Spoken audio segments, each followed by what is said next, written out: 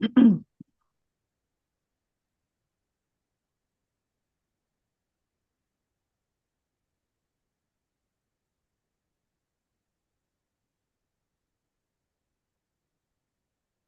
and welcome to Unity of Fredericksburg. My name is Linda, and I'm pleased to welcome all of you to the Unity of Fredericksburg weekly online gathering. At Unity of Fredericksburg, we are advancing the movement of spiritual awakening and transformation through unity, a positive path for spiritual living. We thank those of you watching on YouTube, live or later, and invite you to subscribe to our YouTube channel. If you're able to attend live, we encourage you to join us in the Zoom community room for the full Sunday morning experience, including music, prayer, and connection. Our weekly newsletter includes the Sunday service link, and you can subscribe to receive that on our website at uofva.org. For everyone local to Central Virginia, Unity of Fredericksburg offers a variety of fun and enriching in-person gatherings every month.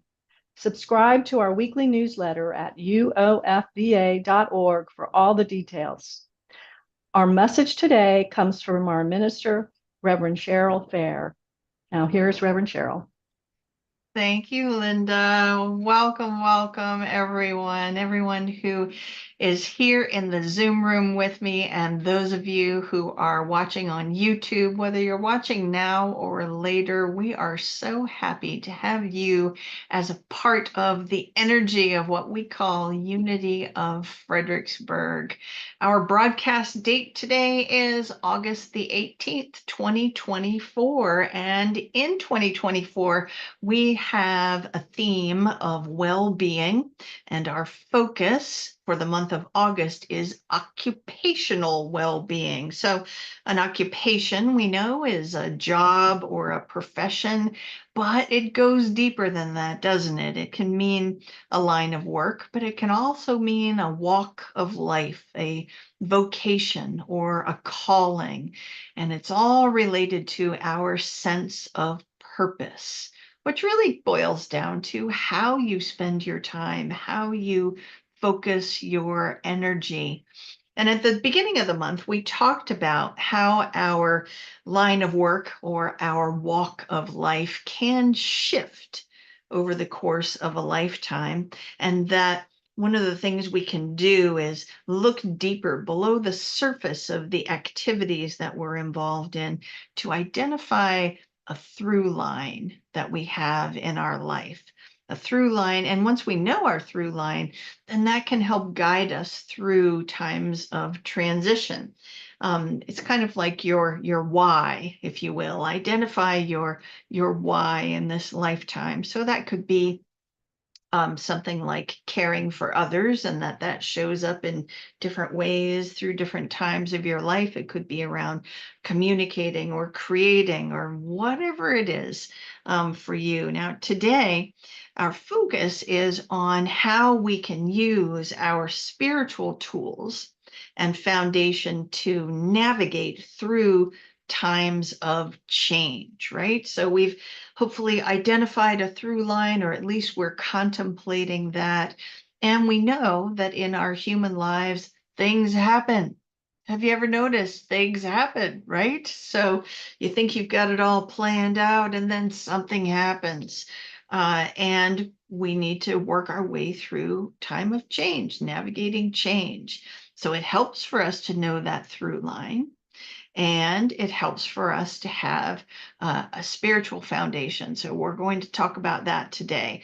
Now, often what happens in our human brain with our ego is that we allow those changes that show up to kind of throw us off track, right? Have you ever been to that moment? I think we've all been to that moment where it's like, I got so involved with having to take care of this or fix that or heal this that I kind of forgot what my through line is, what my sense of purpose is.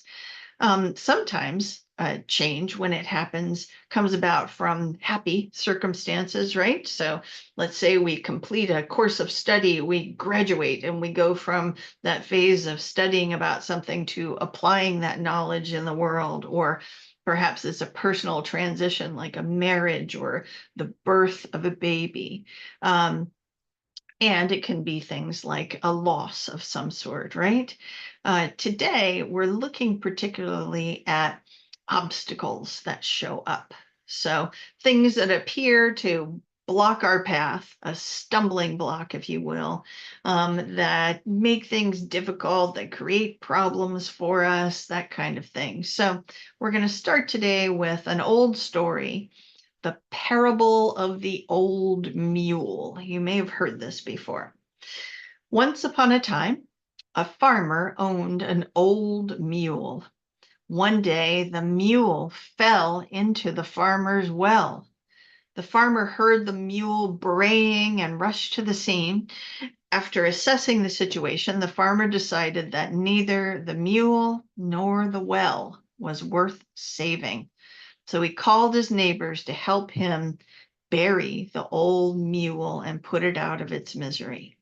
The farmer and his neighbors began to shovel dirt into the well. Now, at first, the mule was hysterical, braying and braying as the dirt hit its back. The mule automatically shook off the dirt and stepped up on top of it. As the farmer and his neighbors continued to shovel dirt into the well, the mule kept shaking it off and stepping up. And pretty soon, the old mule was able to step over the edge of the well and trot off into the field with much relief and much astonishment for the old farmer. So, in this life, we all experience obstacles, right? Some shovels full of dirt raining down on our parade, right?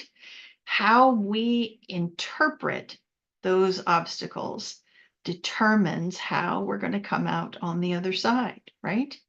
We have a lot of filters in our brains as how we interpret things and how we kind of view the world, how we instinctively react. So let's look at those for a second. So your worldview.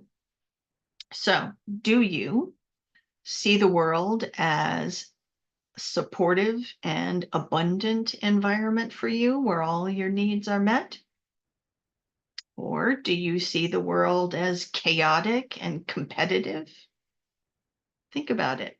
What is your worldview, the kind of overall tone of how you view the universe around you?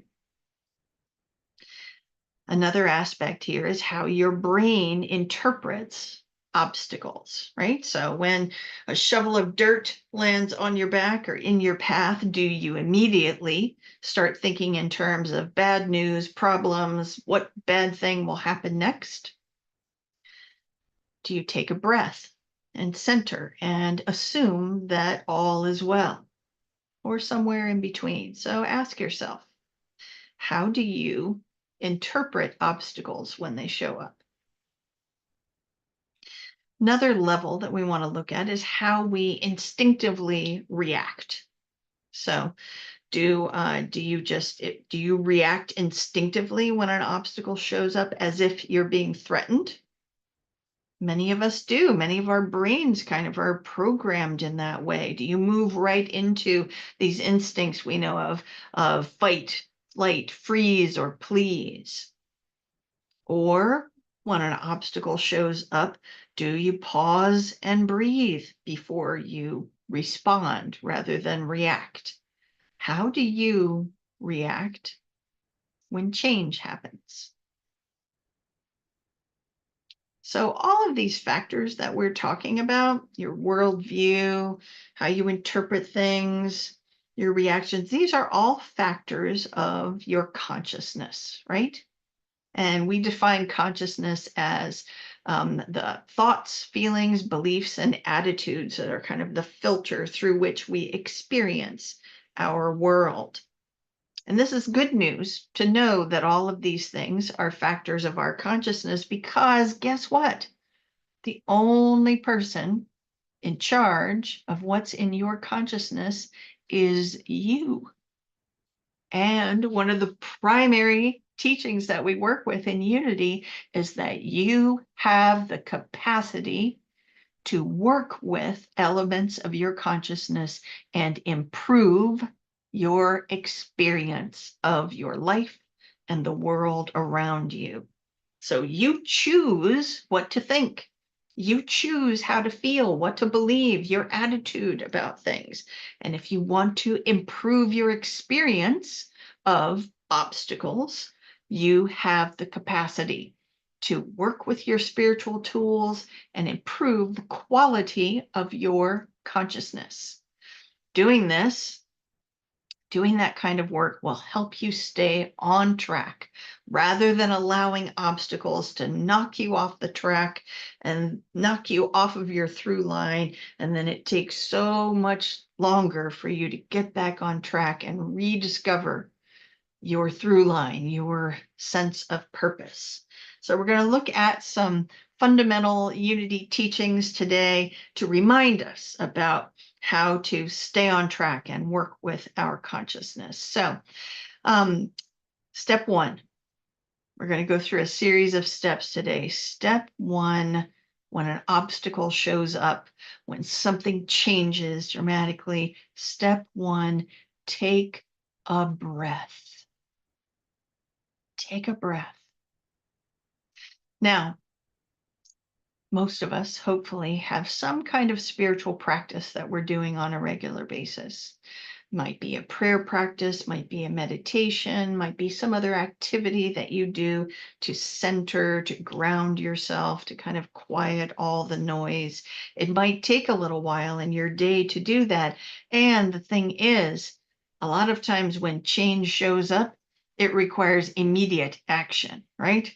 Yeah. So it's like, oh, we're not going to pause when when the shovel of dirt shows up in front of us, pause and let's pause and do a 20-minute meditation. No, it doesn't work that way. What does it? So the thing is, taking a breath is like the abbreviated version of doing your spiritual practice right here and right now. Just take a breath. It is possible for you to go through all of the actions that are required in your daily life of working through the issue, whatever it is that's shown up, or taking care of things, and still maintain your spiritual anchor, your spiritual orientation by using that single breath to anchor yourself and to carry yourself through, to center yourself. A single breath will do it. That's step one, my friends. Here's a quote from The Art of Being by Dennis Merritt Jones. In Zen, there is an old saying, the obstacle is the path. Know that a whole and happy life is not free of obstacles. Quite the contrary. A whole and happy life is riddled with obstacles, which become the very stepping stones that help lift us to a new perspective. It is not what happens to us in this life that shapes us. It is how we choose to respond to what happens to us. So, step one, take a breath. Step two is let's remind ourselves of Unity's first two principles. In Unity, we use a set of 5 principles as kind of an anchor, an explanation of how we do things in Unity. So principle 1, God, whether you use that word or not, you could use universe, divine love, whatever works for you. God is everywhere and always present in every circumstance. This divine energy of goodness underlies and animates all of existence. So, whatever I'm experiencing might look like a shovel of dirt to my brain, but I claim goodness right here, right now. Principle 2, human beings are innately good because they are connected to and an expression of spirit. So even when I witness other people or myself acting out in hurtful ways, I use my spiritual vision to behold the Christ expressing at the heart of each and every person. All right. There's our reminder of those two principles. Now, we are not saying that this is easy. We're not saying it's easy. It's an intentional practice.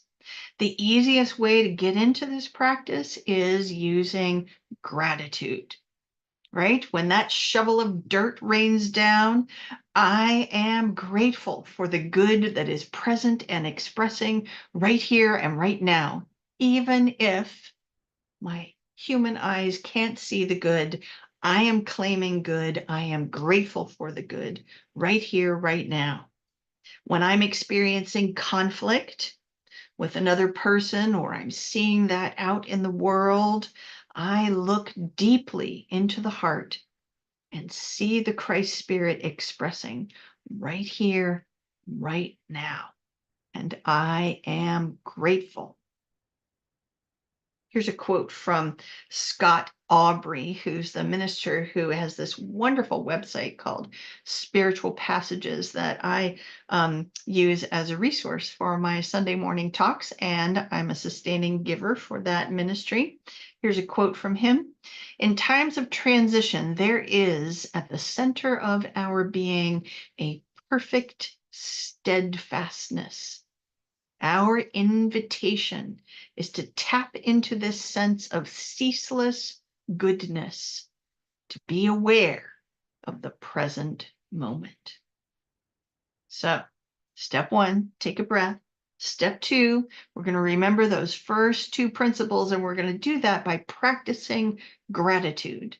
Step three, we've already kind of talked about this, is to work with our own consciousness. So Unity's third principle says our thoughts have creative power to influence events and determine our experiences. Now, this doesn't mean that we're doing some kind of mumbo jumbo and affecting the world outside of it. It's all at the point of us, at the point of our consciousness. So, if you know, my friends, as I asked some questions earlier, if you know that your inclination is to assume the worst, then create an affirmation and work with it to improve the quality of your thoughts. If you know that your brain is automatically going to go, oh, what's going to happen next? Or this always happens to me, whatever it is, create yourself an affirmation that says, I see the good and I am grateful. And just practice using it. If you know that you have the kind of mind that always shoots down possibilities, if you think, oh, I would really like to do this, and then your brain will go, well, you can't because you're too old, there's not enough time, there's not enough money. If you know that that's how your brain works, realize that each one of those thoughts is actually a choice you are making. And you have the power to change them, to shift things a little bit, improve your thoughts, and therefore improve your experience of the circumstances around you. Here's a quote from the great Muhammad Ali. It isn't the mountains ahead to climb that wear you out. It's the pebble in your shoe.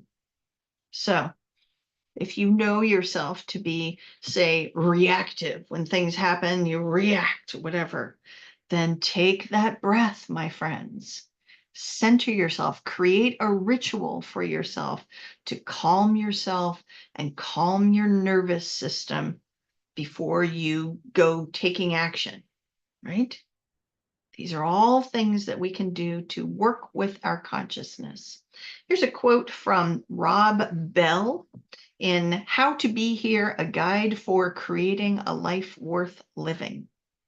Find your rituals, develop your routines, create those practices that ground and center you. Stick to them. Don't apologize for them.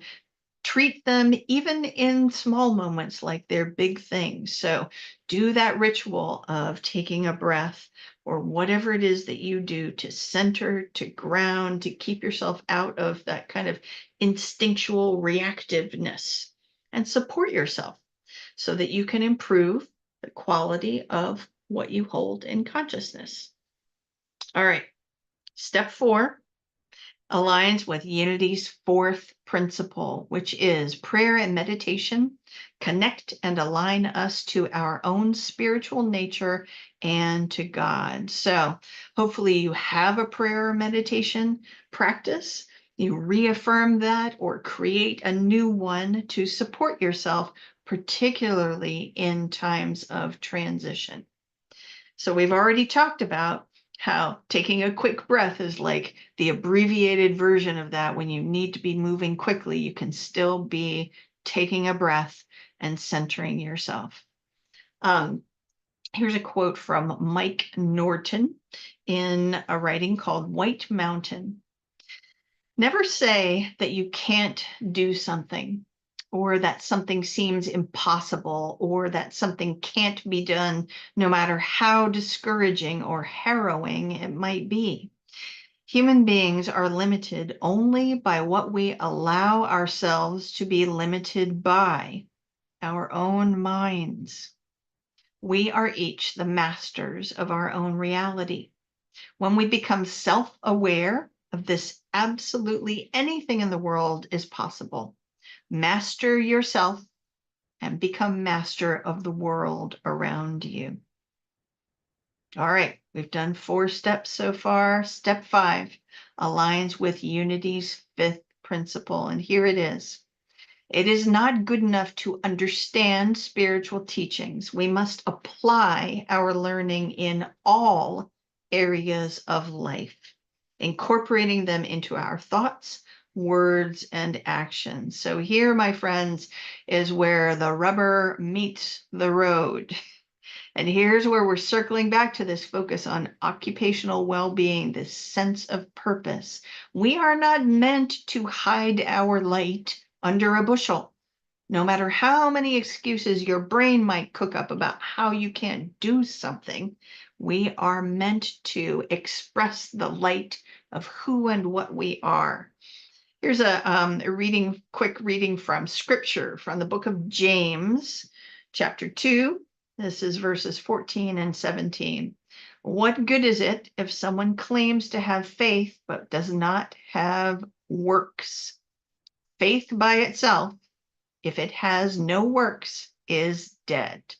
So what this is saying is you need to put your faith into your feet, into the steps you're taking in your life, and make sure that you're applying it through all aspects of your life. So you might be, for example, really great with your spiritual practice, with your loving relationships, and then as soon as you get in the car, you become a totally different human being. Or as soon as you open up your bank account, you all of a sudden are in a different arena. Or if you allow yourself to watch the news, you get all involved with all the out there in the world. Here's your reminder. You need to be applying the good that you know and the good that you are through every aspect of your life. So reflect within yourself. What is the foundation of your faith? What is your why? What is your through line? Maybe it is being love. Maybe it is expressing compassion. Perhaps it is inspiring empowerment. So take the energy of that through line out into everything you do in the world and into your thoughts and feelings, and know that the essence of that through line is what you are here to express through every circumstance. It's meant to be used, it's meant to be expressed through every phase of your life, and not to be discouraged by obstacles. Here's a quote from the arena of sports from an NFL athlete and coach, Dan Reeves. Difficulties in life are intended to make us better, not bitter. That's a good one. So, are you, my friends, able to shift from seeing something that happens as a stumbling block and instead perceiving it as a stepping stone? Yes, of course you are. Are you able to see the potential for a stepping stone, even when your human brain can't currently find that possibility? Yes, of course you can. So, when you feel that shovel of dirt raining down on what you're doing, just remember step one, take a breath. Step two, practice gratitude. Step three, work with your thoughts and feelings.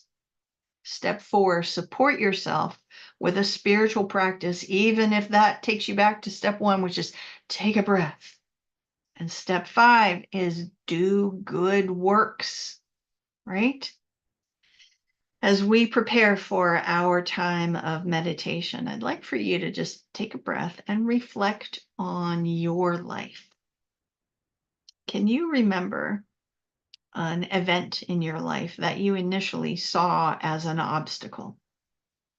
And now, with hindsight and wisdom, you can actually see that it was a stepping stone for you. What did you learn? Where did that change lead you? And what good have you found along that path? So just be in those questions as we move into our time of meditation. Just take a deep breath and settle into this moment. Make yourself more comfortable in your seat. Maybe wiggle back and forth a little bit. Take another deep breath. I'm going to begin our meditation with the text of an email that actually came out this week from Silent Unity. This was written by Reverend Christina Garza from Nashville, Tennessee. Today, I am open to change as the renovation and movement of my life. I remember that change in my life is a normal, sacred process of creation. It is like the changing of seasons that calls for shedding, resting, patience, restoring, and blooming. Ecclesiastes 3:1 says, "For everything there is a season, and a time for every matter under heaven. Now is my time for change. Change is for me. Change is me. I embrace the newness of life as I relax into spirit, and I heed that which is in me is calling for transformation. I let go of fear and limitation as I become curious about the gifts and blessings that may come with change. I allow for that which in me is calling to be birthed into being. I affirm I am the strength of God as I embody my new season of living and loving." And with that, my friends, we move into a time of stillness together, right here, right now.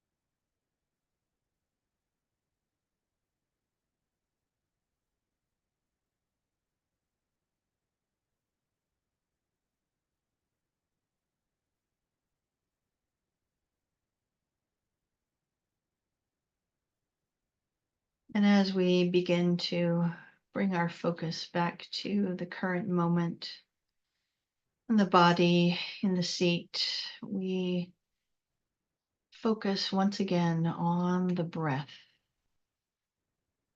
that is there to anchor us, to center us, to remind us of all that is expressing in this moment, in this circumstance, and in every moment and circumstance of our lives.